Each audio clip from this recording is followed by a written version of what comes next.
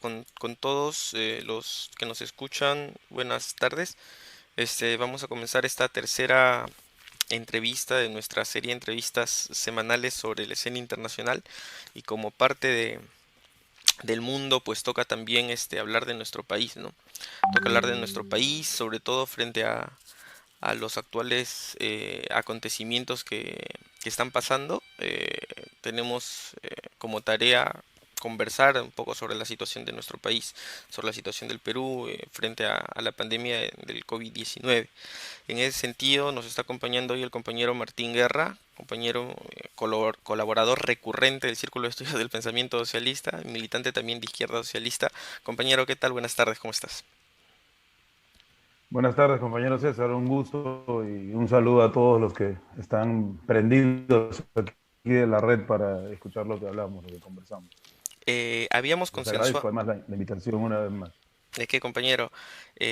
Para nosotros también es un gusto contar con tu presencia. Habíamos acordado, consensuado una entrevista que era más o menos la misma estructura que hemos tenido en las entrevistas en general. Un primer momento donde hablemos un poco del contexto del país antes del COVID, de la aparición del COVID. Un segundo momento donde hablemos específicamente de las medidas que se han tomado frente al contexto frente a la expansión de la pandemia, cuáles son las medidas que ha tomado el gobierno, cómo se han enfocado, y un tercer momento de perspectivas. En ese sentido, Sí, sí. sí, en ese sentido, un poco para ir comenzando con esta entrevista, no sé si nos puedes comentar un poco cuál ha sido el contexto previo de nuestro país. No es necesario que tengamos una idea de qué ha sido, cuál ha sido el momento previo a la expansión del coronavirus, porque pareciera que se hubiera olvidado todo el pasado y que estemos fijados solamente en la coyuntura, ¿no? Entonces, ¿cuáles son tus reflexiones, cuál es tu análisis de la coyuntura nacional antes, ¿no? De la expansión del coronavirus? Bueno, lo que yo veo que estaba ocurriendo en el país, en el Perú, antes de que apareciera el problema este de la expansión del coronavirus y que llegara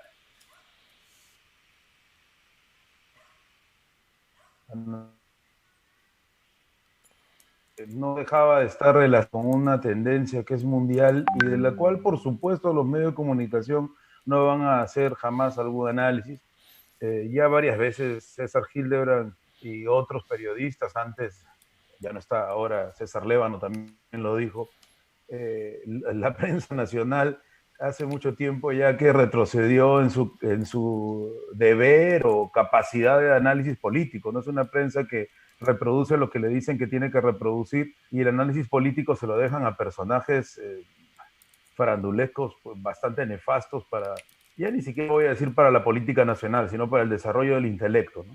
Entonces, ya no hay esos programas políticos que habían de antaño, que eran programas también con su rollo contrario al movimiento popular, pero por lo menos tenían una ventanita para que algunos representantes del pueblo, o que decían en todo caso que eran representantes del pueblo, pudieran ingresar a debatir ideas. Eso ya no existe. Solamente hay programas políticos cuando se viene un escenario electoral y son totalmente dirigidos y etcétera.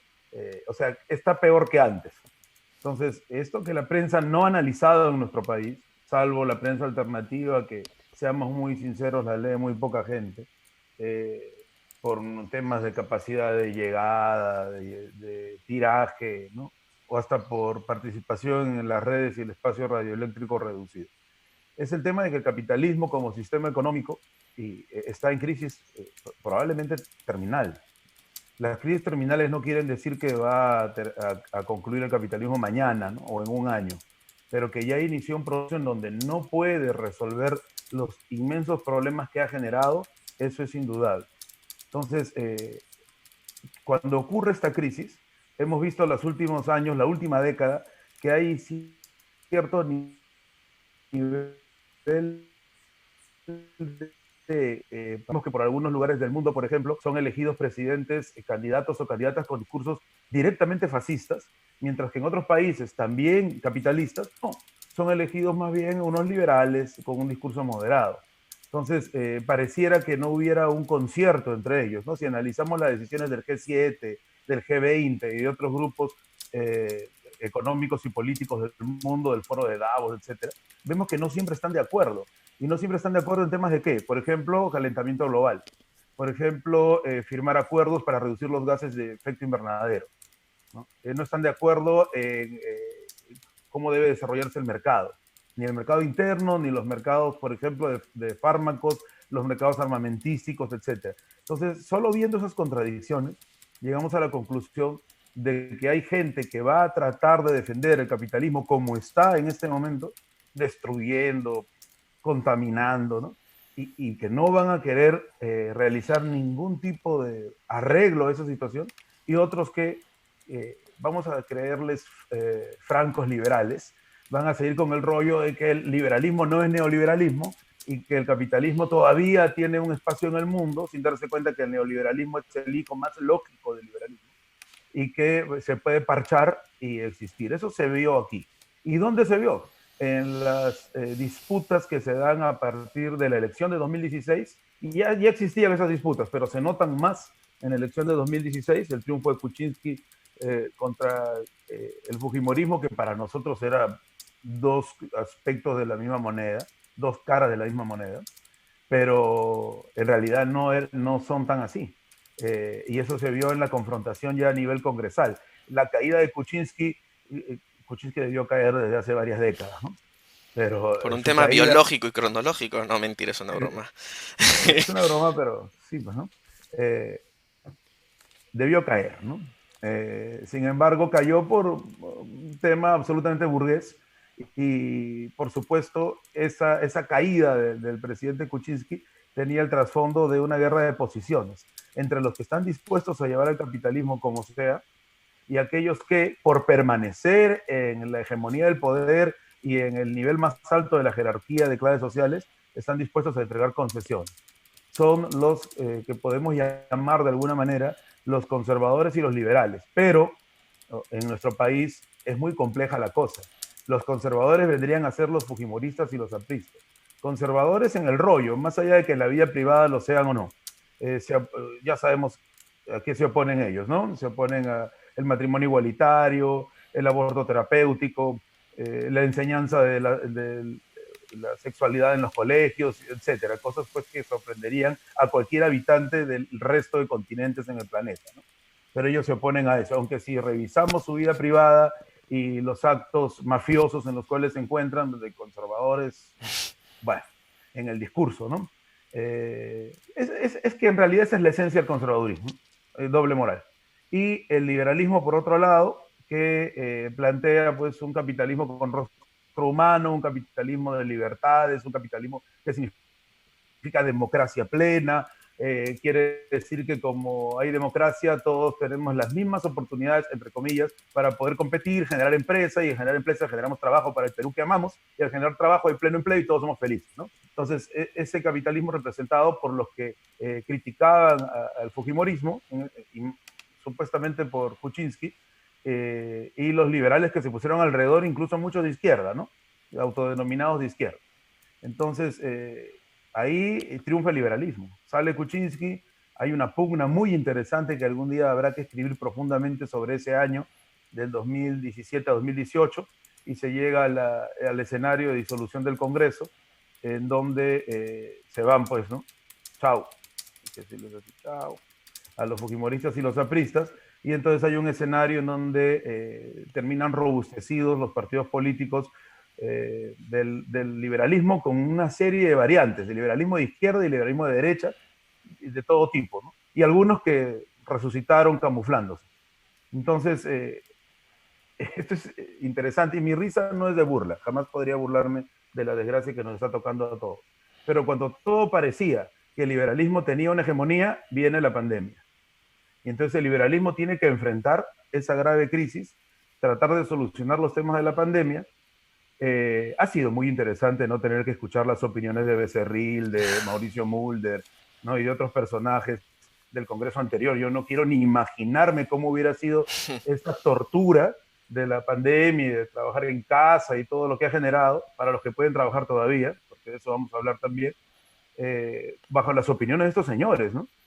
No me quiero ni imaginar. Lo cual no quiere decir que las opiniones que hemos escuchado vertidas desde el liberalismo sean las más correctas. Entonces, concluyendo, el escenario que se vivía aquí era un escenario de pugna entre dos sectores de la derecha por el pastel de los recursos del Estado. Y cada uno de acuerdo a su manifestación política, a las ideas que defiende, ¿no? A sus características especiales. Y ahí quería terminar una idea que planteé al inicio. En el Perú todo es distinto. ¿Por qué?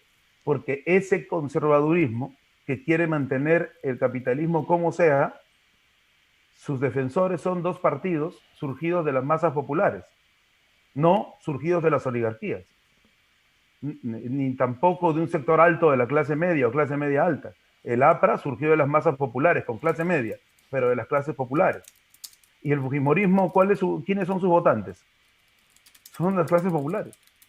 Entonces, el conservadurismo en el Perú tiene ese rostro, tiene un grueso de población que lo sigue, que es conservadora porque se le ha entregado durante décadas una educación conservadora, religiosa, en el sentido más negativo de la religión, no en el sentido de la fe, ni de la creencia en un mundo mejor, ni en el amor universal. Eso no criticamos de ninguna fe, por cierto, ¿no? El caso es concreto. Una de las primeras leyes que plantea este nuevo Congreso, ¿cuál es? El día de la oración. Yo no me voy a reír, pero es el siglo XXI, creo, ¿no? A veces me equivoco de siglo, es el XXI. Estamos en el 2020, el día de la oración. Todo día requiere una serie de cosas, ¿no? Apoyo del Estado, presupuestos, yo no sé qué locura va a ser eso, ¿no? Pero ese día de la oración grafica muchísimo lo que trato de explicar. Mientras que el liberalismo en el Perú, que tiene medidas más cercanas, estoy diciendo, ¿eh? No vayan a salir ahí algunos compañeros ultras a decir que estoy blindando el gobierno liberal, para nada, pero que tiene medidas más cercanas a los intereses del pueblo, está conformado por sus caras, son pues individuos mesocráticos, ¿no? Pero los que mueven los hilos son partidos que vienen de las oligarquías y que han resucitado los últimos tiempos como Acción Popular, que pareciera ser un partido hecho de profetas que aman a la humanidad, ¿no? Hay algunos personajes interesantes, no lo vamos a negar, que a veces parecieran más de izquierda que la misma izquierda, ¿no? Pero la gran mayoría están pues ligados con los dos antiguos gobiernos de la UNE y han formado parte del aparato del Estado y tienen todo un discurso capitalista. Entonces, ese es el Perú. El Perú es muy contradictorio. Y esta contradicción de liberales y conservadores con grupos sociales que están detrás, que no se corresponden con el origen ideológico de sus discursos, es muy interesante y prefigura un escenario de conflicto. Y que digamos, dentro de todo, si bien, claro, en el Perú representa una particularidad, no es que sea privativo del Perú, ¿no? La compañera Lourdes nos informó en la entrevista anterior que en Brasil, si bien hay un apoyo a Bolsonaro desde la oligarquía, hay también un respaldo barrial, popular y un apoyo desde las iglesias evangélicas. Ni qué decir de Trump, que también ha llegado al poder con un discurso, pues, nacionalista, conservador, antiliberal, por decirlo, o antilibre mercado, primero América, no America First. Entonces, claro, es las contradicciones que señalabas en un inicio, ¿no? Como si no hubiera un acuerdo de dominación dentro de la misma burguesía a nivel internacional y que se reproduce a nivel nacional. Y Claro, nuevamente, ¿no? Sí, por ejemplo, el tema de Trump. Trump llega al gobierno básicamente por este discurso. Ya no van a venir más inmigrantes a quitarnos puestos de trabajo. En un momento de indudable crisis económica en Estados Unidos, donde los latinos y los asiáticos que llegan a trabajar no tienen derechos laborales. claro. Entonces, por más que ellos digan que no los van a contratar porque Estados Unidos respeta todos los derechos laborales, mentira, se contrata gente para pagarles menos. Entonces, la idea era difundirle al trabajador norteamericano, estadounidense, tradicional, ¿no? Que les estaban quitando puestos de trabajo. Entonces Trump aparece como un nacionalista defensor de los intereses del pueblo, pero en realidad no. Está defendiendo los intereses del capital. Pero eso demuestra por qué el capitalismo se quiere cerrar, se quiere fascistizar. Pareciera que los ultraconservadores no ven otra manera de defender su fuerza de trabajo, estando la del resto a través de un hiperdesarrollo del capital, ¿no? Recordemos que cuando se hacen las maquilas, cuando se ensambla partes de aparatos industriales, de industria, metal pesada y mecánica pesada en los Estados Unidos, comienzan a hacer las partes en otros lugares del mundo, para explotar trabajadores de otras partes del mundo bajo regímenes laborales puestos por presidentes apátridas. Entonces, y eso ha ido generando las grandes migraciones también. Entonces, parece que se pretende cerrar, pero cerrar en el discurso, porque en la práctica no lo podría hacer Trump porque viven de esa plusvalía. Por otro lado, Bolsonaro en Brasil agita, es increíble, se le enseña décadas a la gente que quien critica las medidas de cualquier iglesia es un diabólico, un ser nefasto que va a traer destrucción, y entonces estos fascistas aparecen blindando a las iglesias. Y al blindar a las iglesias es lo que el pueblo, no todo el pueblo, pero un sector del pueblo postergado, hambriado, ve como en realidad el que está defendiendo la moral. Y ahí hay un largo trabajo que hacer. Por eso lo quiero decir ahora, ya que hay el espacio, ¿no? Puede parecer que no tiene nada que ver con el tema, pero yo convoco a los compañeros militantes de la izquierda, los que tienen el pensamiento crítico, que cuando debatan con miembros de nuestro pueblo a través de las redes o en persona, que defienden a presidentes como Bolsonaro o expresidentes como Fujimori, no lo hagan insultándolos, porque ahí hay que hacer un gran trabajo de intercambio de ideas. Me duele mucho cuando se ve, claro, eres fujimorista, o sea, tienes el cerebro hueco, o no piensas nada y hacen memes con imágenes ofensivas. Esa no es una actitud de un izquierdista, es una actitud de un soberbio y no forma parte de las ideas. Quienes, entre comillas, creemos que tenemos la razón, nuestra labor es educar, no ofender. Quería aprovechar para decir eso. Finalmente, para ir cerrando, es cierto, una parte, un comentario, ¿no? Recuerdo a propósito de la doble moral que señalabas del conservadurismo, ¿no? De que por un lado, efectivamente, la familia, la religión, el orden, y por otro lado, los negocios más sórdidos, ¿no? Me hace recordar un poco a, no sé si te acuerdas la escena del Padrino, donde empiezan a discutir sobre los negocios y Corleone empieza a decir, mira, sí, los vicios y todo, pero esto de las drogas me parece excesivo, ¿no? Y hay una discusión moralista sobre qué negocios sucios poner, ¿no? Entonces me hace recordar un poco esa escena, pero poniendo entre paréntesis este comentario que me parecía interesante señalar. El padrino era el mafioso bueno, ¿no? Era Eh, ¿no? claro, era un El otro de mafioso todo. con valores, ¿no? Era un mafioso con valores. Era Eh, el liberal. Sí, en todo caso, de todas maneras es innegable que ha habido al interior del movimiento popular un sacudón respecto a la imagen que tienen respecto al fujimorismo y del aprismo, digamos, eh, el producto de esta crisis política, ¿no? Es decir, la fuerza que tenían antes política no la tienen ahora, aunque, digamos, esta visión un poquito conservadora que se señala no ha desaparecido y que se expresa de alguna manera en las propuestas políticas que han conformado el nuevo Congreso. De todas maneras, es cierto, creo que que el fujimorismo y el aprismo han sido desplazados parcialmente de la escena política, ¿no? ¿Qué opinión tienes al respecto? Como tú dices, parcialmente, ¿no? En esa reunión del Ladrino que señalabas, ahí estaban todos además, ¿no? Conservadores y liberales. Bueno, pues buen ejemplo. Sería bueno hacer uno de esos memes que hacen cambiándoles lo que dicen. Me da buena idea. Bueno, han sido desplazados parcialmente porque si, como todo parece indicar, viene una crisis económica a nivel mundial, pero que aquí podría generar miles de despidos y miseria, el aprismo y el fujimorismo van a aprovechar para señalar que eso se debe no a la crisis económica mundial ni a un sistema nefasto, sino a la administración de Martín Vizcarra, ¿no? Entonces, y a todos los que han estado detrás, que por supuesto para los fujipristas son los comunistas, los que gobiernan con Vizcarra. Bueno, entonces pueden resucitar, porque sus planteamientos, prepárate, van a ser bastante izquierdistas en materia económica y política. Ellos se camuflan, ¿no? Si el espectro político gira a la derecha, ellos se ponen hacia la izquierda. Si gira hacia la izquierda, se ponen a la derecha. Entonces, en el discurso, por cierto. Entonces, ellos podrían regresar. El problema es cómo evitamos que regresen, ¿no? Con relación, Es un compa- trabajo de masas muy fuerte que hay que hacer. con relación, compañero, justamente al trabajo de masas y a las tareas políticas que corresponden, me parece que se hace evidente en la coyuntura actual del coronavirus que, digamos, hay una cierta legitimidad de parte del gobierno de Vizcarra al interior de la sociedad, ¿no?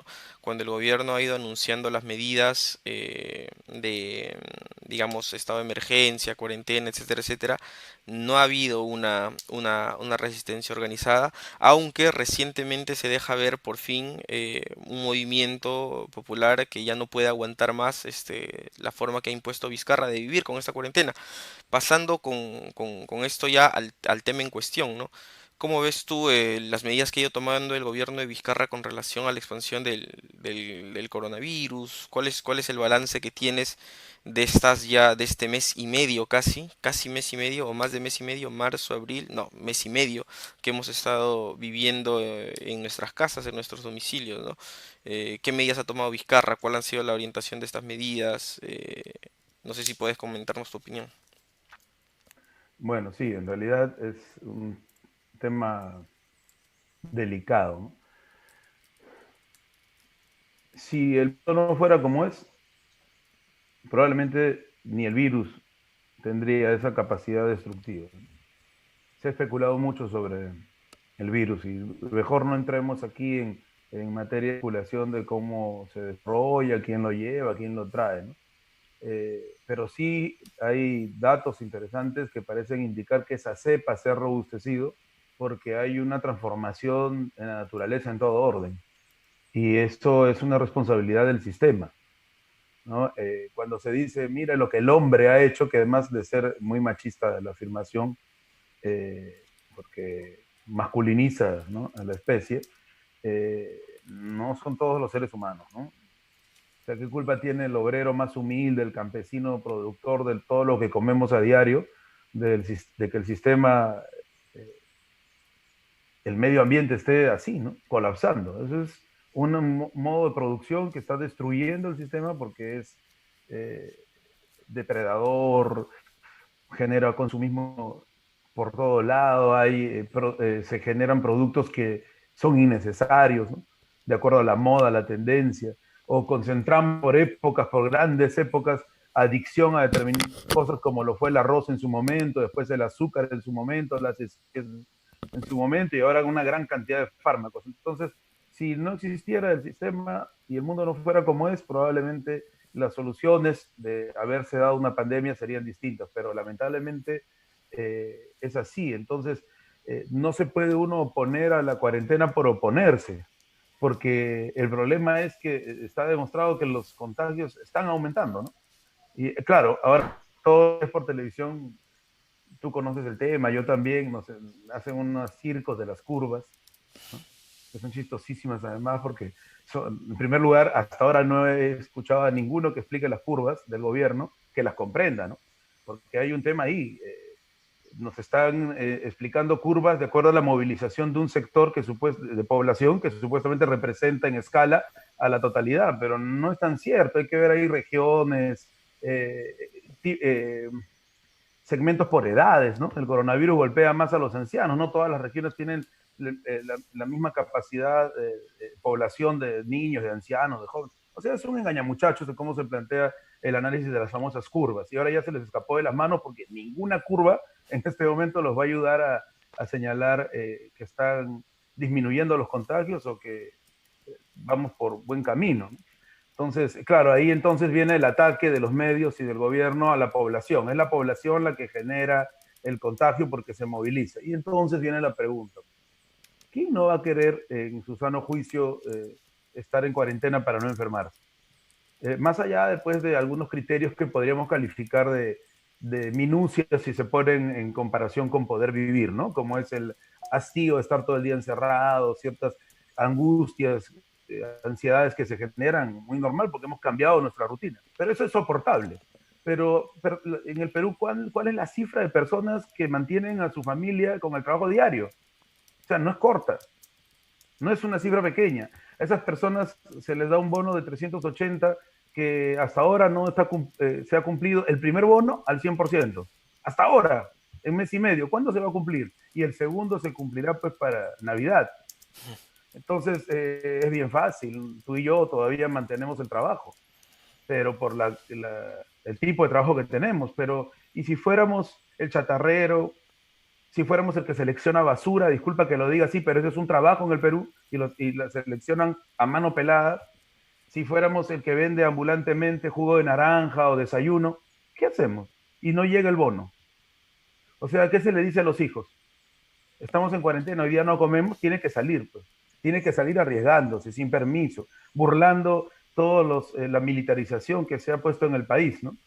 Y la policialización. Entonces, ahí es donde cuando uno vive un estado fallido como el Perú, ¿no? Ya ni siquiera en el sistema capitalista, en un estado fallido como el Perú, en donde vemos que todos los presupuestos que se han entregado para educación, porque la educación es importante, algunas personas sí es cierto, salen a no hacer nada, no porque tengan que trabajar, sino se van a la playa, van a pasear, a andar de la mano, ¿no? Eso es una tontera porque ahí sí están contagiando, pueden contagiar.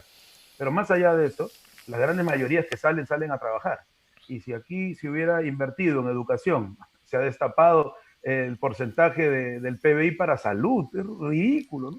Los hospitales que se han construido, salen los apristas a decir, Alan García construyó hospitales, sí, cemento, pero adentro no había absolutamente nada, ni presupuesto tampoco dirigido para poder solucionar los problemas del personal de salud de alta economía. Pero bueno, quienes conocen un poquito el capitalismo, saben que las empresas peruanas pueden subsistir más de un año, me refiero a las grandes empresas, no a las pequeñas y medianas para las cuales no hay ninguna idea de apoyo, sin facturar. O sea, lo que la CONFIEP no quiere es perder la plusvalía que siguen acumulando y quieren que el Estado, con el dinero de todos los peruanos, mantenga ese usufructo. Y el discurso de ellos a través de los medios es que con lo que ahora se habla, ¿no?, de bono universal, más bien los trabajadores quieren recibir dinero de todos los peruanos, o sea, invierten el rollo, ¿no? Pareciera que el bono universal significa que con la plata de todo el Perú se les va a regalar a los trabajadores, cuando es al revés, lo que está pidiendo la CONFIEP, con la suspensión perfecta de labores, o sea, con despido masivo, y además, ¿qué significa eso? La pauperización de miles de familias. Están planteando mantener sus privilegios, ¿no?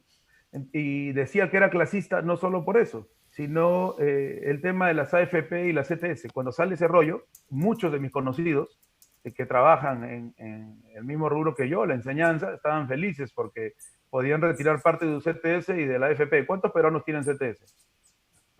¿Cuántos peruanos tienen AFP? Entonces las medidas han sido dirigidas a nivel empresarial para proteger a las oligarquías. Pero ellos quieren masa, tildan a Vizcarra de que no está haciendo suficiente para protegerlos. Lo tildan de populista. Imagínate ese nivel de contradicción. Luego, protección a las clases medias, porque saben que las clases medias en este país tienen capacidad de movilización y de discurso por un tema económico. Y para las clases trabajadoras, los humildes, ahí en realidad bonos, o sea, regalos del Estado con dinero de los propios trabajadores, o sea, ningún regalo, y pauperización, miseria, postergación, destrucción de puestos de trabajo, persecución, presidio incluso, se les ha arrestado por salir a trabajar y los medios de comunicación han hecho un circo de esto, tildando a los de ignorantes, de malcriados, etc. Yo he enumerado varios de estos labores nefastas de la prensa donde han ofendido a los trabajadores, se han acercado a humillarlos, no los han dejado ni siquiera opinar. Recuerdo mucho un frutero que la tipa, la periodista, disculpa que le diga la tipa, pero me causa indignación, comenzó a insultarlo de ignorante, a ofenderlo, porque estaba cogiendo la fruta con sus manos y no sé qué pretendía, era una locura, ¿ya? Porque no era ni siquiera las recomendaciones de la OMS, porque la prensa en el Perú es todo, científica, filósofa, política, analistas económicos, se les ha dado tal poder que ellos pueden dictaminar. Entonces hay un convenio, una convivencia entre el gobierno, las grandes empresas y la prensa para decir lo que es correcto hacer, con sus contradicciones, ¿no? Con sus contradicciones. Cuando no les gusta lo que hace Vizcarra ya lo tildan de populista, porque Vizcarra está atrapado, pues. Vizcarra es el representante de ese liberalismo que decíamos al inicio, que necesita desarrollar algunas medidas populistas para no perder el aval popular.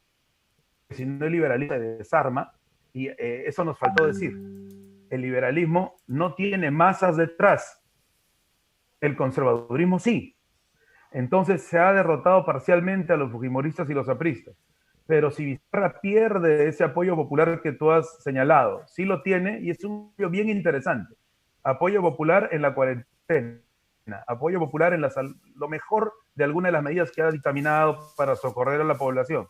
Pero en cuanto a los derechos laborales, han habido ya 3 campañas por internet criticando la suspensión perfecta de labores, señalando que la crisis la pagan los ricos y han sido muy aplaudidas por la población. Ahí se ve en la cantidad de porcentaje que se ha tenido como tendencia. Y eso que estamos dentro de casa. Si esto fuera una marcha, una movilización, yo auguro que sería muy exitosa. Pero esa misma población que reclama contra las medidas más derechistas de Vizcarra está a favor de la cuarentena y está a favor del respeto de quedarse en casa, obviamente, para salvaguardar la salud, no en contra del trabajo, ¿no? Ni del derecho del trabajo. Entonces, el pueblo está educándose, estamos como pueblo aprendiendo. Creo que esta crisis nos va a desarrollar más como pueblo organizado. Va a ser, hay que ver lo bueno de lo malo, va a ser muy buena para la generación y el desarrollo de la conciencia. Porque concluyendo esta parte, si, repito, si Martín Vizcarra pierde popularidad, el liberalismo ha sido derrotado, aunque haya cerrado el Congreso. Vienen elecciones y regresan con fuerza y con una fuerza inusitada, porque podrían decir, ven, teníamos razón. Lo que este señor decía y todos sus acólitos decían y los comunistas decían, en la pandemia se vio que no pudieron resolverlo y ahora tenemos una crisis económica derivada de los problemas de la pandemia y acentuada por este gobierno y por todos los que estuvieron de acuerdo con el cierre del Congreso. Entonces, el fujimorismo y el aprismo regresarían con una fuerza temible, diría yo, ¿no? ¿Y qué? Porque todavía hay un grueso de población que tiene este discurso de que lamentablemente desarrollaron con fuerza esos gobiernos neoliberales, ¿no? El discurso del sálvese quien pueda y al mismo tiempo del padre que todo lo resuelve, entre comillas, cuando en realidad no resuelve nada. Sí, de hecho que hay varios insumos que has señalado para comprender nuestro país, ¿no? Eh, y yo coincido con el hecho de que el conservadurismo, bueno, el fujimorismo y el aprismo, no, digamos, a diferencia de los liberales, no tienen masas populares. Y me atrevería a decir que es por esto que los liberales de derecha buscan siempre jalar a los liberales de izquierda para que les proporcionen esa masa, ¿no es cierto?, que no tienen y que de alguna manera les va a permitir pues articular un programa liberal reformista, ¿no? El problema es que, claro, finalmente, como señalas, los liberales de derecha siguen siendo pues hipotecados a las oligarquías, siguen siendo hipotecados a las oligarquías y es imposible pues que puedan hacer reformas populares, reformas en favor al pueblo, no siempre van a poner por delante el interés de los grupos empresariales. Y sin Claro. embargo, este equilibrio, porque digamos, Vizcarra es un equilibrista, ¿no? Anda por una cuerda floja siempre y a veces se va para la izquierda y a veces se va para la derecha de acuerdo a lo que indique la situación. Y digamos, mucha parte de la izquierda liberal se ha visto ahora seducida y atraída por la propuesta de Vizcarra, primero, del bono universal, y segundo, de cuando ha deslizado el impuesto a a la riqueza, ¿no? O a la renta. Parece que se hubieran olvidado de que la semana pasada nomás estaba aprobando la suspensión perfecta, de que el lunes nomás estaba reglamentando la suspensión perfecta. De pronto Vizcarra dice bono familiar, impuesto a la riqueza, tímidamente, ¿no? Balbuceando, porque además el presidente balbucea, ¿no es cierto? Y ya se presenta como triunfo por parte de cierta izquierda institucional y liberal, ¿no? ¿Qué opinión te merece este, digamos, este festejo de parte de este sector de la izquierda respecto a la propuesta de Vizcarra que aún no está en papel y que aún no se sabe en qué términos se va a realizar, ¿no? Digamos, ¿cómo contrasta esta propuesta de Vizcarra con la medida de suspensión perfecta de la ¿Cómo, cómo, Claro. cómo tiene Hay sentido? dos cosas. La primera, en el concierto internacional, Vizcarra hereda de Kuczynski el tema del Grupo de Lima, Cártel de Lima, como le llamamos, creado para pretender ahogar o asfixiar a Venezuela, ¿no? Pero ahora resulta que el Grupo de Lima tiene los gobiernos más terribles frente al coronavirus. ¿Cuántos muertos hay en Estados Unidos? El país más perfecto de la historia, que en todas las películas salva a la humanidad, ¿no? Imagínense, no ha podido salvar del coronavirus. ¿Qué pasaría si llegaran en realidad los extraterrestres a destruirnos, ¿no? Que siempre llegan a Nueva York, por cierto, ¿no?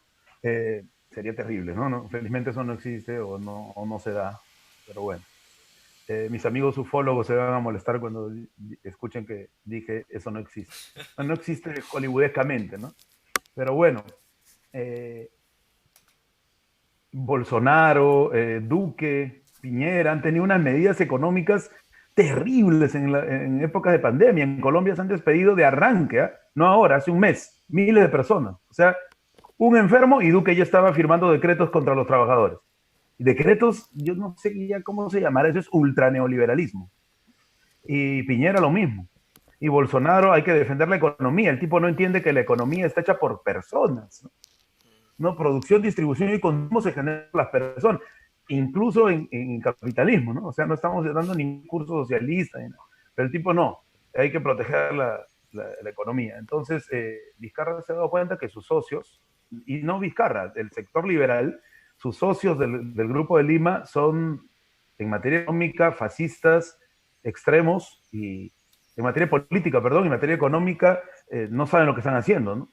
En crisis. No es lo mismo el neoliberalismo en épocas fuera de pandemia que el neoliberalismo en pandemia. Y hay cosas que hay que ajustar incluso desde el punto de vista neoliberal, pero como ellos pasan a la ganancia, a la plusvalía directamente, no, yo creo que a veces no hay un entendimiento del problema. Pero por otro lado hay otros presidentes que no parecieran no estar muy definidos ideológicamente, pero que tienen ciertas medidas a favor del pueblo, como Alberto Fernández en Argentina. Y Alberto Fernández fue uno de los primeros en plantear el tema del bono universal y el impuesto a la riqueza. Entonces, yo creo que por ahí son las lecturas de Vizcarra. Obviamente que el bono universal fue planteado por el pueblo, ¿no? Aquí en el Perú, a través de las redes. Se hizo una campaña, los trabajadores, etcétera. Yo creo que el equipo de Vizcarra recoge esto, lo lanza, como tú dices, ahí es populista absoluto, de manera de granjearse pues el aplauso de la población mientras lo van trabajando. Yo creo que ni siquiera saben muy bien cómo va a ser el tema, pero lo van a ir pensando. Y yo creo que eso se corresponde también, y tú sabes de estos temas, si nosotros hacemos en este momento una ligera fórmula, cuántas personas se le ha aplicado la prueba y cuántos contaminados han salido de esa aplicación. Y luego la cantidad de personas a las cuales se le ha aplicado la prueba,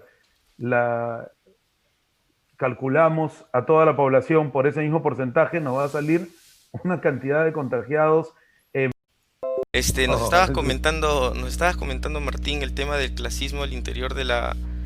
Primero, una cuestión, estoy utilizando la antena de mi celular, entonces creo que voy a tener un poco menos de tiempo porque consume más megas.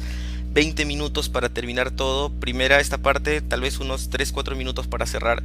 Lamentamos con todos los problemas logísticos. Las redes están saturadas por temas, bueno, que ya conocemos. No tenemos la mejor conectividad, uno. Y dos, me parece que mucha gente está conectándose y en ese sentido bueno, las redes están cayendo, ¿no? Entonces, Martín, nos comentabas un poco el carácter clasista de las propuestas que había sacado el gobierno de Vizcarra, ¿no? A propósito del bono universal, a propósito también del supuesto impuesto a la riqueza, ¿no? No sé si puedes continuar, por favor. Sí, no, te decía, estábamos justo analizando cómo el gobierno de Vizcarra busca de todas maneras una correlación de fuerzas internacional, pero su correlato, el Grupo de Lima, ha tomado todas las medidas totalmente distintas a las que se han tomado en el Perú. Tienen muy parecidas en el tema laboral, sobre todo en el tema de la suspensión perfecta, pero incluso el tema de la suspensión perfecta de labores es mucho más suave que el colombiano, ¿no? O que el chileno, ojo. Entonces yo creo que como ellos no tienen una masa de apoyo poblacional que forme parte de la militancia de sus partidos, es lo que tú decías, buscan entonces jalar a las masas de los partidos de izquierda, que ya algunos estaban, como bien decías, felices por el tema del bono universal, que solo se ha anunciado pero que no se ha dicho cómo se va a implementar, y están contentos ya. Entonces acá los liberales tienen un riesgo y ellos hacen el balance. Si nosotros damos toda la razón a las medidas de extrema derecha, entonces ya no tenemos el aval ni siquiera mínimo de la población y desaparecemos. Y si le damos la opción a la izquierda, esto se radicaliza y el siguiente gobierno es un gobierno de izquierda, etc. Entonces se queda en el medio. Y en teoría política, el que se quede en el medio desaparece. Entonces están condenados a desaparecer por una opción o por otra opción. Entonces en esa condena buscan parecerse un poquito a Alberto Fernández, sin entender el proceso argentino, que ha sido pues de un gobierno de desarrollista de izquierda, de los Kirchner y Fernández de Kirchner, que después por algunas cosas no hechas se fue a la extrema derecha con Macri, que fue un desastre universal, y ha regresado el kirchnerismo de alguna forma con Alberto Fernández, un poco más suave tal vez que el kirchnerismo, pero con medidas económicas más pensadas que el kirchnerismo. Es algo que hay que evaluar. Entonces, por ahí ve Vizcarra a quién parecerse, porque parecerse a Lenín Moreno, parecerse a Piñera, a Duque, a Trump. Entonces, hay un vacío de modelos para el liberalismo político y económico en el Perú. Entonces están creando su propio modelo y es un modelo ni fu ni fa, como se decía antes, ¿no? Y entonces primero comenzaron con medidas que ya las analizamos a la clase media, ¿no? ¿Cuántos afiliados a algún sistema de pensiones hay en el Perú? 32% de los que están en edad de trabajar. 32%. Es la tercera parte. Entonces va dirigido a las clases medias. Y el tema de la CTS también, ¿no? Entonces, tomando en cuenta que en el Perú solo 28% de la PEA está en un trabajo formal. Entonces, ese 28%, ¿cuántos tendrán CTS? Es ridículo, ¿no? Entonces, ese fragmento de población para ellos fueron las primeras medidas. Pero entonces la masa se vio que había pauperizado su forma de vida y aquí las condiciones de extrema pobreza son muy duras. Y eso con cifras de la ONU que maquilla los índices, ¿no? Obviamente. Entonces, por ejemplo, la distancia entre extrema pobreza, condición de extrema pobreza, ¿no? Y condición de pobreza, ese es un índice. Entonces, pueden pasar en cualquier momento a uno u otro lugar. Entonces, esos maquillajes que se miden por cuánto ganas y no por cómo vives, ojo, que debería ser el índice, nos demuestra un Perú quebrado y que ahora ya se dio cuenta que las medidas pueden tal vez ampliarse más a toda la población, pero fíjate, ampliando las medidas a toda la población no deja de favorecerse a la clase media. Esa clase media está gran porcentaje en los partidos liberales de izquierda y entonces necesita ese segmento, esa correlación de fuerzas, pero al mismo tiempo no puede romper con la derecha y no lo va a hacer. No lo va a hacer porque es derecha además, no lo va a hacer. Entonces, el gobierno de Vizcarra, de continuar como está, ¿no? En el medio de dos fuerzas pugnantes, va a caminar directamente a su destrucción, a su eliminación como opción política. Probablemente ya él sea coherente de esto, por eso ha dicho que no va a participar en elecciones. Entonces, ¿qué viene después? ¿No? ¿Qué viene después? Entonces, el tema de las últimas medidas hay que verlo en el correlato internacional y si es posible o no aplicar estas medidas por cómo se están aplicando aquí. La CONFIEP, que es mucho más audaz y coherente que el gobierno, lanzó su carta donde decía lo que había que hacer antes de que al gobierno se le ocurriera el impuesto a la riqueza y el bono universal, porque sabía, ya hizo su análisis, ellos han leído a Carlos Marx, conocen el análisis dialéctico, saben la plusvalía, viven de eso, entonces se adelantan a los acontecimientos. Entonces la pregunta es, ¿la CONFIEP y sus medios de comunicación y su ejército se van a dejar una medida de impuesto a la riqueza? Entonces hay que ver esto, ¿no? Hay un reducido porcentaje de AFPs, por ejemplo, que es impresionante. Hay una persona que tiene 5,7 millones de soles de su AFP, ¿no? Entonces, pero es un porcentaje pequeñito y que representa de alguna manera quiénes son las oligarquías en el país. Son una élite y tienen un manejo total de los recursos y de los medios. Ponerles un impuesto a su riqueza, ¿quién va a medir eso? ¿Cómo se va a hacer? Yo estoy de acuerdo, ¿eh? Que la crisis la paguen los ricos totalmente, porque ellos han generado la crisis, son los que sustentan el sistema económico. No hay división entre virus y pandemias y sistema capitalista. No hay división entre calentamiento global, depredación de los recursos naturales y sistema capitalista y virus y pandemias. Forma parte de un entramado. Estuve revisando porque estoy preparando un artículo sobre el tema de la pandemia desde el punto de vista social y estuve revisando las grandes pandemias de la historia desde el siglo XI, en Europa primero y en otras partes del mundo. Siempre hay dos cosas que se unifican en una pandemia: cambio de época social y política y algún desastre en materia económica. No hay divorcio de eso. Van de la mano. Entonces, que aquí, después de esto, pasamos a otra etapa, es lo que se viene. Y que la pandemia es un resultado de la manera en que se lleva el sistema económico, lo es también. Incluso por cómo vivimos. La falta de solidaridad, el poco pensamiento en lo que le puede ocurrir al otro, todo eso es producto del sistema. O sea, ya lo que César ya no lo dicen a los estudiantes, alguna vez se dijo, aunque sea un poquito, ¿no? Y que cuando lo manifestamos pues nos tildan de como dinosaurios marxistas del siglo pasado, pero la forma en que uno hace su plata tiene su reproducción en cómo vive. ¿Ya? Si tú te dedicas al robo, yo quisiera ver cómo es tu familia. Si tú te dedicas a vender drogas, yo quisiera ver cómo son tus afectos. Si tú te dedicas a matar y vender partes del cuerpo, yo quisiera ver cómo es el amor hacia tus hijos. Y encontraríamos muchas cosas. No hay divorcio. Del mismo modo, si el sistema capitalista vive de depredar, malpagar, robar, expoliar, su reproducción es individualismo, falta de solidaridad, mentira, ignorancia, crimen, maldad, brutalidad.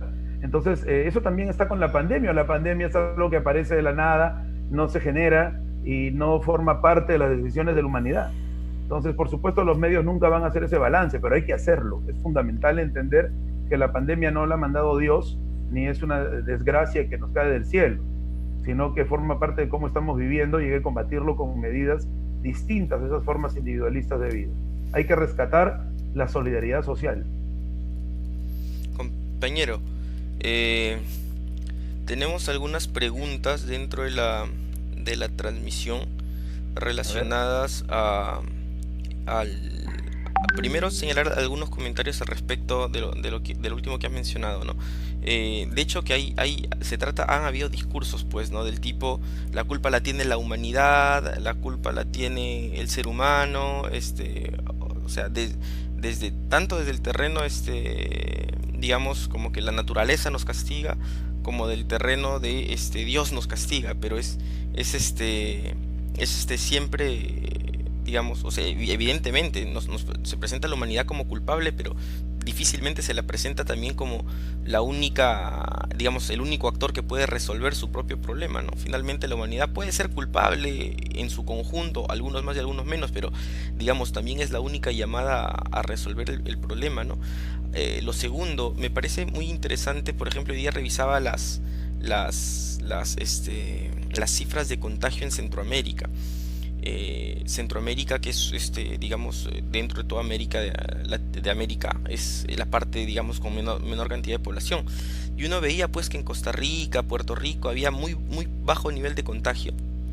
O en Costa Rica, creo, no recuerdo en qué otros países, pero había un país que tenía el más alto nivel de contagio, y curiosamente era Panamá. Entonces ahí uno puede sacar una conclusión de dónde son los países donde se producen la mayor cantidad de contagios, y siempre tiene que ver con la dinámica económica propia del país, con la interacción social más o menos elevada, y digamos estas variables, la rapidez de las interacciones sociales, ¿no es cierto?, la dinámica, están muy determinadas por el modo de producción, ¿no?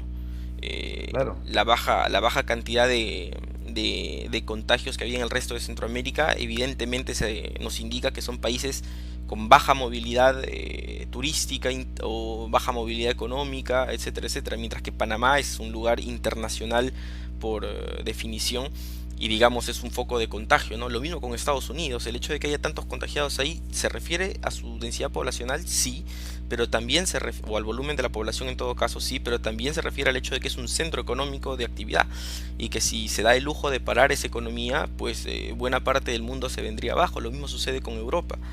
Veíamos las cifras de infección en los países asiáticos y en los países europeos y era evidente que la dinámica social marcaba mucho el nivel de contagio. Entonces, eso para tomar en cuenta un poquito lo que tú señalabas, ¿no? En qué medida se ligaba el modo de producción, la forma concreta del modo de producción con la expansión en mayor o menor medida del coronavirus, ¿no? Una segunda reflexión que yo tenía al respecto era, claro, Antes de tu segunda reflexión, añado algo para eso, brevísimo.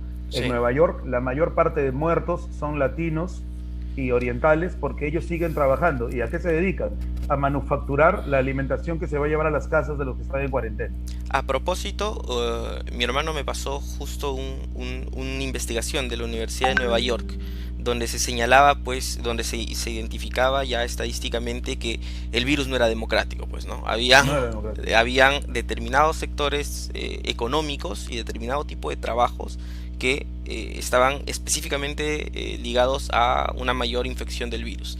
Lo tengo por ahí, te lo voy a pasar en algún momento, pero Claro, está, son o sea, latinos, afrodescendientes, los que tienen las menores condiciones de vida. claro, Es pero clarísimo. lo que demostraba ahí era que incluso el hecho de ser latino o afrodescendiente estaba, o sea, era un mayor impacto porque estos grupos se dedicaban a determinados trabajos, que son los que tú señalas, ¿no? Claro. Trabajos donde hay mucha mayor probabilidad de contagiarse. Entonces, finalmente son las relaciones sociales de producción las que determinan. El tema es que si es si hablamos de una pandemia es porque el mundo está conectado, pues. O sea, si no hubiera un comercio tan dinámico, transacciones de un país a otro, una globalización capitalista, no podríamos hablar de pandemia, porque lo que se produce en China se queda en China, lo que se produce en Estados Unidos se queda en Estados Unidos. Entonces, hasta la expansión del virus está determinada por las relaciones sociales de producción. O sea, podían haber epidemias como la peste negra en el siglo XIV Claro. o en el XIII, pero es pandemia porque el mundo está conectado. Entonces, digamos, el mercado mundial determina, las relaciones sociales de producción determina el grado de expansión incluso de un virus, ¿no? Hay gente que quiere hacer abstracción de estas cosas, pero bueno, pasemos a la...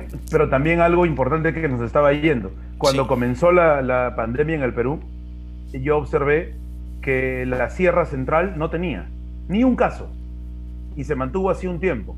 ¿Por qué? Porque si bien es cierto, la pandemia del coronavirus o del COVID-19 no es democrática, ataca directamente a los más humildes, y eso se ve en características étnicas y económicas lamentables en nuestro mundo, también es cierto que quienes la han llevado a todas partes no son los pobres, son los ricos, claro, de los que sus están viajes y metidos sus en ese reuniones. circuito comercial, en ese circuito Claro, económico, totalmente. las zonas más pobres del Perú no tenían, ahora ya tienen. ¿Quién ha llevado? Cuando han ido a hacer las visitas de salud. O sea, terriblemente, quienes no tenían porque no tienen condiciones altas de vida, en ese caso jugaba a su favor, han terminado contaminándose. O sea, hay que tener bien en cuenta, la movilidad social de la pandemia se inicia por los que más tienen, pero los más afectados son los que menos tienen y los que producen la riqueza, los trabajadores. Con respecto, compañero, pasemos a las preguntas. Son tres. La primera se refiere a la ineficiencia a la hora de distribuir los bonos y las canastas, que es un tema estructural, logístico del Estado. La segunda se refiere, bueno, la tercera se refiere a lo mismo. Hay dos preguntas que se refieren a lo mismo. Esas preguntas hacen alusión incluso a el hecho de la desorganización de la población y de la tendencia hacia el saqueo de parte de la población. Vacino, lo leo en todo caso para que se pueda responder. ¿Cómo Sí. se lograría una buena distribución de bonos y canastas cuando en varios casos se ha mostrado que varios de ellos mienten en su condición o hasta llegan a saqueos? Primera pregunta con relación a bonos y canastas. Segunda pregunta con relación a bonos y canastas. Vemos que la cadena de suministro y la cadena de distribución no funciona, en todo caso no saben implementarla. Entiendo que se refieren a los bonos, a las canastas. ¿Qué decir al respecto? Esa es, bueno, otra pregunta al respecto. La tercera pregunta, digamos que no tiene nada que ver con el tema de bonos y canastas, dice, ¿cómo los datos en torno a la diferencia de la confirmación de la población entre una y otra región del Perú afecta la proyección de la curva y con qué procedimiento matemático se puede afirmar ello? Yo creo que puedo responder esta pregunta. Te dejo las otras dos a ti. Para el compañero Josué Javier Miranda Díaz, creo que a lo que se refería el compañero Martín era que nosotros tenemos una muestra de infectados, pero esa muestra de infectados no tiene ninguna validez estadística en el sentido de que hay varias variables que la sesgan, ¿no? En primer lugar, al que se le toma el síntoma, al que se le toma la prueba es al sintomático. Nosotros sabemos que el 35% de los infectados, si no me equivoco, o la tercera parte de infectados son no sintomáticos. Claro. Entonces podemos multiplicar la cantidad que tenemos por la cantidad de gente que ha recibido pues estos que digamos no presenta síntomas, ¿no? Entonces a nivel de región también, o sea, nosotros podemos decir que en Lima hay un mayor volumen de contagiados respecto de Lambayeque o respecto de Piura. Pero digamos, cuando vemos las tasas con relación a la población, no necesariamente están ajustados de la misma manera, ¿no? Y el Entonces, factor de edad.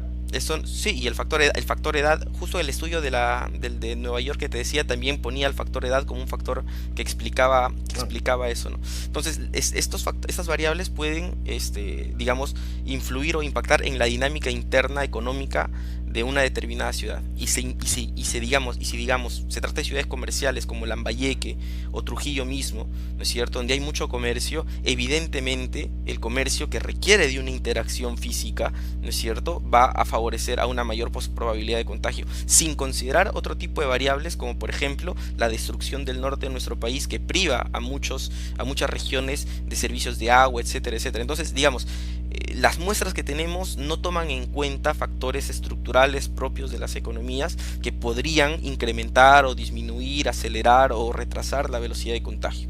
Y en ese sentido, esa curva no tiene ningún tipo de representatividad. Está sesgada de principio porque solamente se le toman las pruebas a los que presentan síntomas, sin considerar que el 33% son asintomáticos, y eso ya te sesga la curva. Y en segundo lugar, porque no tome en cuenta para su elaboración y para las proyecciones, por lo menos yo no he visto que se tome en cuenta factores de tipo socioeconómico que, repito, la misma Universidad de Nueva York sacó un paper hace poco mostrando cómo las actividades productivas impactaban directamente claro. en la probabilidad o no de contagio. Lo tengo acá para el que lo quiera, bueno, lo subo después.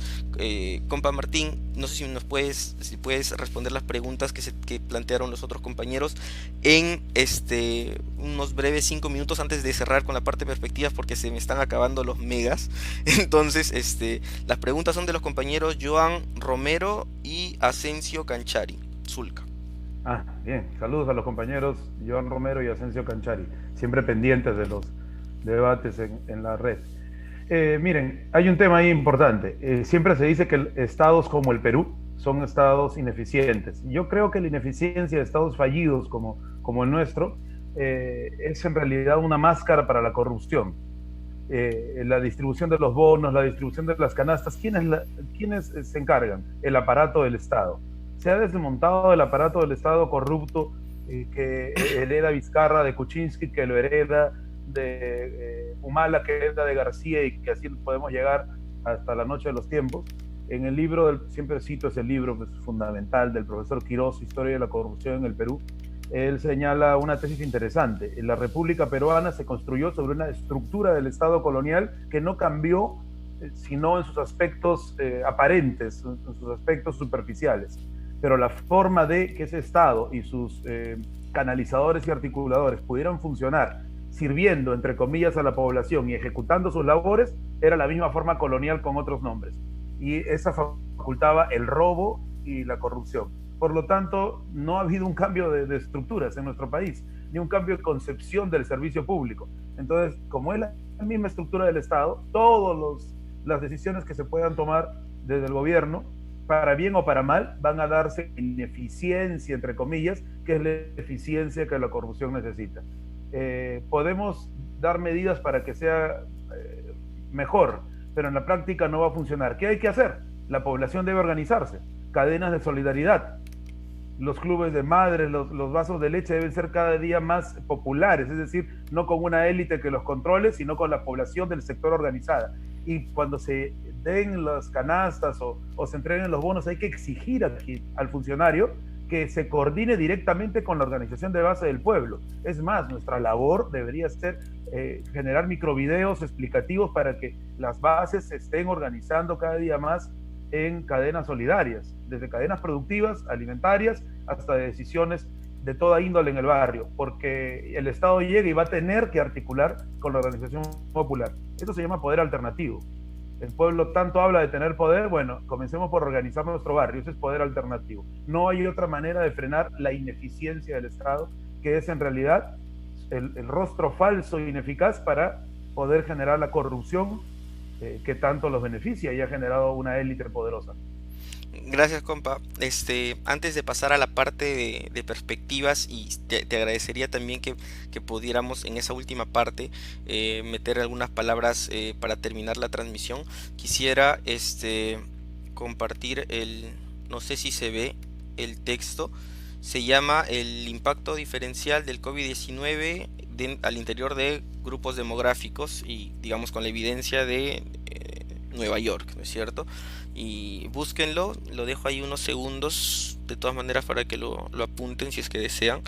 El texto muestra cómo, digamos, determinadas actividades productivas están relacionadas directamente con una mayor probabilidad de contagio del COVID. Entonces esta idea que nos ha metido el presidente Vizcarra de que el virus es democrático y que hoy todos los medios de comunicación dicen el virus no es democrático, el virus no es democrático, digamos que ya había sido enunciada por nosotros sin mucha evidencia estadística, un poco porque sabemos cómo son las cosas, desde el materialismo histórico, desde el marxismo, sabemos cómo son las cosas, eh, y ya se ha probado incluso al interior de una universidad del imperio, ¿no? Como la Universidad de Nueva York, que efectivamente el virus se expande en determinados sectores y con mayor velocidad y en otros sectores con menor velocidad. Entonces, invitarlos a leer, invitarlos a buscar información para hablar con conocimiento de causa en el caso del Perú. Y sí, pues, ¿no? Un poquito también romper con este discurso del virus democrático. Compa Martín, ¿cuáles serían, dado el panorama que nos has presentado, las perspectivas que ves para nuestro país? Has hablado de organización como un factor importante. Escuché ayer al primer ministro que él mismo pedía que la gente se organice. En momentos de crisis se requiere de la fuerza del ciudadano, ¿no? Finalmente la sociedad capitalista requiere que la gente esté viva para seguirlas explotando. Entonces, ¿tú cómo ves las perspectivas en términos de organización y en términos de lo que se vendría, ¿no? Eh, de manera breve, tratando de terminar antes de las 3:30, compa. A ver. Sí. Lo primero es que el virus no es la enfermedad y el virus no es democrático ni siquiera en el término biológico, ¿no? Porque no es lo mismo que le dé a un joven que ha crecido en un distrito del sector A de la ciudad y que ha comido muy bien toda su vida y que tiene los mejores médicos, se dice enfermara, que le dé a un señor de 66 años o una señora de 70 años que siguen trabajando todo el día, que comen mal, que comen a deshora, que no tienen el insumo y la ingesta de kilocalorías necesarias para generar un organismo sano. No es igual, pues los últimos citados se mueren rápidamente o quedan mal. En cambio, el joven señalado va a tener, no necesariamente va a salvar la vida o se va a curar, no digo eso, pero tiene más tendencia a que esto ocurra. Entonces, no es democrático ni siquiera biológicamente. Y esa aseveración de análisis biológico no está divorciada del social, porque hemos visto pues que cada organismo vive en un determinado lugar, en una clase, está relacionado con temas económicos, sociales, etcétera. Así que eso fue una de las, no sé qué decir, de las frases del presidente Vizcarra que él suele balbucear y a veces sin sentido, ¿no? Medio cantinflescamente, pero bueno. Sobre las perspectivas, hay que hacer una visión medio ahí por arriba todavía, pero hemos visto, por ejemplo, un análisis de los precios de los mercados, en términos generales, de los mercados de productos alimenticios. Algunos, los mayoristas, mantienen cierta cercanía con el precio que estaba antes del virus, pero los minoristas no. Están subiendo los precios y cuando uno les pregunta por qué, no reclamándoles, ¿no? Sino una pregunta para dialogar y entender más la realidad, porque si tratas mal al que te está robando, en ese caso no vas a obtener ninguna explicación, ¿no? Y de repente no te está robando, es porque le ha costado más caro también. Entonces algunos nos cuentan que para los minoristas, una cosa es el mayorista vendiéndole al público de a pie y otra cosa es cuando el mayorista le vende al minorista. Ahí es donde descarga toda la necesidad de ganancia que tiene porque también le ha costado el traslado de la zona de producción. Entonces ya se están dando problemas, ya por el tema de la cuarentena, mucha gente ha dejado de producir. También por el tema de que al dejar de producir se deja de percibir capital.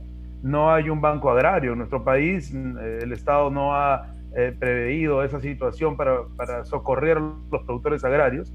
Entonces todavía esto no es terrible, pero si continúa la cuarentena y eso sigue dándose como está, y además lo que sí se está ocurriendo es la pauperización del bolsillo del grueso de la población, entonces va a haber extremos muy marcados, ¿no? Trabajadores que no pueden vivir de un bono y que además no lo han recibido todavía y que no pueden trabajar, que tienen que ir a comprar a un mercado donde los precios están más altos que antes de la cuarentena y es inaccesible, va a reducir su ingesta alimentaria necesaria, no va a poder brindar a su familia las condiciones mínimas de vida. Se han dado por ahí algunas medidas con la luz y el agua, etcétera, pero que se están quedando caldos de cultivo para una crisis económica, definitivamente, ¿no? Sobre todo, ¿por qué? Porque las empresas grandes están exigiendo que el Estado los socorra. O sea, ellos no quieren pagar los resultados que la crisis trae, si fuera democrática, para todos. No quieren gastar ni un céntimo. Entonces, si el Estado burgués, creado para explotar a la clase trabajadora y beneficiar a las clases poseedoras, termina apoyando, como la CONFIEP, al gremio de los empresarios, quiere, y al mismo tiempo hay una crisis mundial que va a golpear el consumo, entonces la población va a tener dificultades. Se vienen grandes dificultades económicas, yo creo que eso es indudable y va a ser en todo el mundo, hay algo que va a cambiar. Todavía no se nota muchísimo, pero se va a ir notando ya, y entonces la crisis económica que viene y la pandemia que estamos sufriendo nos han mostrado también el rostro del capitalismo. El capitalismo no está preparado para un tema de salud, mucho menos para poder desarrollar condiciones de vida plenas para la población. A esto, la única manera es la organización popular. Tenemos que agitar organización popular. En el caso de las redes, se ha logrado con estas 3 campañas que se han dirigido exitosas, ¿no?, para que el gobierno entienda que el pueblo exige que la crisis la paguen los ricos y que no queremos la suspensión perfecta de labores. Se ha logrado exitosamente, puede ser mejor, pero ahora tenemos que ir a las cosas ya menos de redes y más de trabajo social directo, organizar cadenas productivas, organizar la solidaridad en los barrios, organizar el reparto de los alimentos, el reparto de las canastas, el reparto de la ayuda social a partir de las propias fuerzas. Eso es crear poder alternativo, y cuando se crea poder alternativo, los que nos explotan comienzan a preocuparse más, ¿no? Les pido también a través de las redes revisar la ley de gatillo fácil que sacó el Congreso de la República, donde además de permitir el disparo para proteger la vida de los soldados y los policías, hay fragmentos de unos textos, mejor dicho, que hablan también sobre prevenir los saqueos, ¿no? Y que esta forma de actuar va a ser utilizada en los saqueos. O sea, eso fue hace un mes y ya se preparaba el Estado burgués y el aparato burgués para posibles saqueos. ¿Por qué se preparan para posibles saqueos? ¿Acaso ellos conocen sobre la crisis que viene? ¿Acaso tienen más datos que nosotros no manejamos? Entonces, yo no estoy diciendo que el saqueo sea una medida popular organizada, no estamos planteando eso, pero ¿cuáles son las condiciones en las cuales se saca una ley? Una ley responde a un problema, no responde al que se me ocurrió. Entonces, hay tantas leyes que están durmiendo el sueño de los justos y que ayudarían a la población y sacan inmediatamente una ley represiva. El Estado se ha militarizado, la cuarentena está militarizada, y eso significa que lo primero que hace el Estado burgués ante una pandemia es proteger la propiedad privada y proteger el status quo. Ojo con eso. Quiere decir que ven amenazados su status quo y su propiedad privada. Entonces, el pueblo organizado tiene también que proteger su organización, tiene que proteger a su gente, a nuestro pueblo, tenemos que protegernos y tenemos que plantear también medidas orgánicas, es decir, población que se organiza para solucionar problemas antes de esperar que un Estado que surgió para explotarnos pueda ayudarnos en realidad a soportar la crisis como se debiera. Eso no significa que no hay que presionar y exigir que lo haga, porque constitucional y legalmente ese Estado nos representa. Entonces, pues, que haga el máximo posible para solucionar los problemas mientras nosotros también nos organizamos. Compañero, listo. Gracias por tu participación, por tu colaboración. De todas maneras, quedan muchas tareas pendientes. Hay unos comentarios del compañero Joan, nuevamente. La primera, relacionada a cómo se podría llevar una adecuada prueba a algún asintomático si no sabemos que puede estar contagiado o no. Es una pregunta interesante. Eh, yo creo que se está utilizando Bueno, también tiene mucho que ver con la capacidad que tiene el Estado para, en términos Ni de para los sintomáticos profesionales. tiene, ni para los Claro, sintomáticos tiene. eh, Conozco casos que se demoran 10 días en ir. es un Imagínate un tema de asintomático. falta de presupuesto de salud, ¿no? Entonces ahí, claro, una vez con la soga al cuello se tiene que hacer lo que se debe hacer. Nosotros nos remitimos a denunciar que los datos no son exactos, pero sabemos también que las condiciones actuales, pues, de descuido de casi 30 años de la salud, desde Fujimori hasta el señor Vizcarra, hacen imposible, pues, que en términos objetivos se pueda hacer otra cosa, ¿no?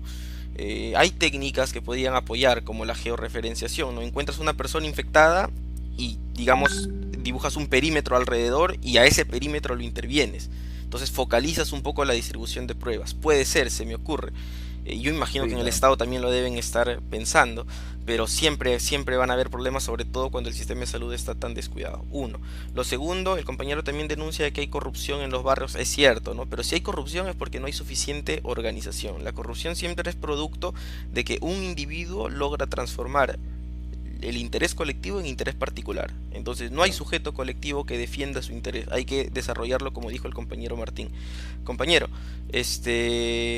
un agradecimiento grande a tu presencia. Vamos a continuar Gracias a con las ustedes. transmisiones. No sé si quieres decir brevemente, 2 minutos o tres, unas últimas palabras. Gracias Respecto al tema, no las últimas palabras de tu vida. de mi vida. Y ahora muero de terminar esto. Gracias, compañero, a ti, al Círculo de Estudio de Pensamiento Socialista por organizar no solo esto, sino todos los debates, charlas, seminarios, conferencias que siempre están haciendo muy activos. Es lo que se necesita para quienes defendemos, se dice con todas sus letras, el pensamiento socialista y la acción del socialismo revolucionario. Entonces, no es que seamos críticos o criticistas de todo lo que se hace, sino que sin el arma de la crítica no se comprende la realidad, ¿no? Somos críticos, no criticones. Es por eso que se ha reconocido algunas cosas que se pueden estar haciendo a nivel gubernamental, pero no se explican como actos de bien o de bondad o de maldad, sino tratamos de explicarlas como fruto de la lucha de clases, como fruto de las contradicciones internas del Estado burgués. Esto que me permite decir algo al final, no me demoro mucho, quiero dirigirme a algunos compañeros de izquierda que subjetivizan la acción política y solo por ser el gobierno un gobierno de derecha no quieren hacer ningún análisis de las contradicciones y para ellos ese gobierno de derecha es como cualquier gobierno de derecha sin distingo y lo que hay que hacer es luchar ciegamente contra ese gobierno de derecha diciendo no absolutamente a todas las medidas y avanzando en contra para llegar al paraíso social que se anhela. Jamás en la batalla social se lucha ciegas. Si algo nos enseñaron los maestros Carlos Marx y Lenin, que cumplió hace poco 150 años de vida, y Mao y Fidel, es que hay que estudiar la realidad para transformarla. Si no se estudia la realidad, actuamos a ciegas. Y al actuar a ciegas cometemos terribles errores que pueden ayudar incluso a la derecha a establecerse con más poder. A veces actuando a la loca, ¿no? Sin diagnóstico social, podemos terminar ayudando a nuestro peor enemigo. Entonces es nuestro deber, compañeros, desde la izquierda revolucionaria y socialista, analizar las contradicciones sociales al interior, no solo del pueblo, sino también de quienes gobiernan el Estado burgués. Solo así entendemos sus contradicciones y solo así actuamos sabiendo cuál debe ser el momento táctico referente a la gran estrategia de construcción revolucionaria del socialismo. Gracias, compañeros. Un abrazo a todos. Gracias compañero por tu presencia, gracias a todos por su sintonía. Vamos a continuar más adelante, tal vez la próxima semana o la subsiguiente con más transmisiones.